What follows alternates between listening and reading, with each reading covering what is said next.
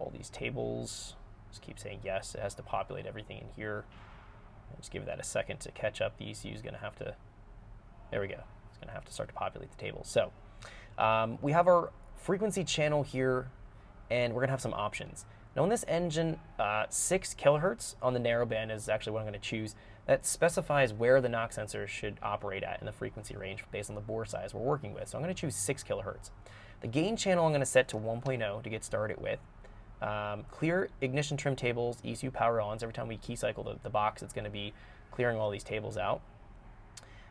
Window start is going to be 10 degrees BTDC before tap dead center. The window length is 50 degrees, so it's going to look at a total window length of 50.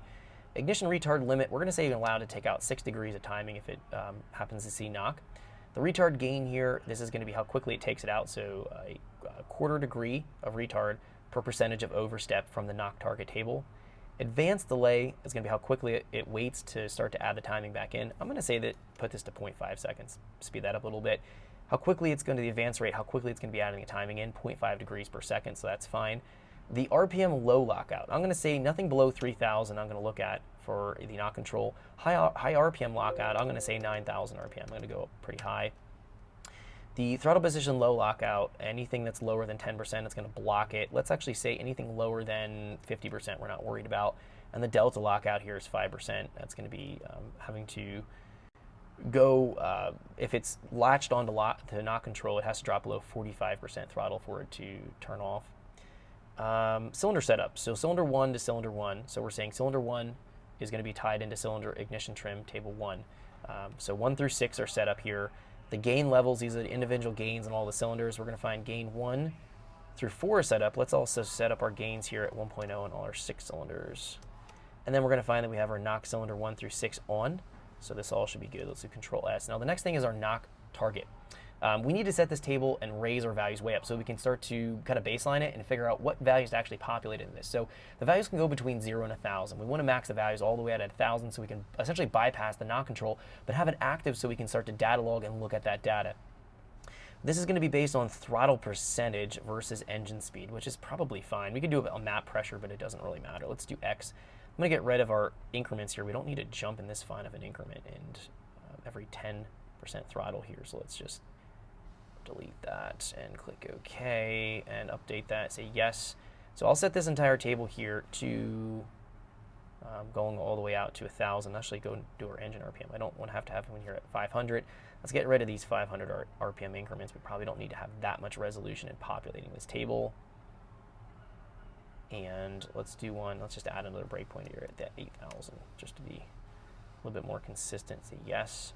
So I'm going to raise this table to 1,000. So that way, again, our knock control's on, everything's armed. We can start to play with our gain values. We can start to log our data here and just evaluate what this is going to look like to figure out what kind of values we need to put into our knock target to set the knock floor. So the way this is going to work, if it registers our raw knock here, so we can see our knock level 1 through 4. In this case, we'd have to have 1 through 6 up here.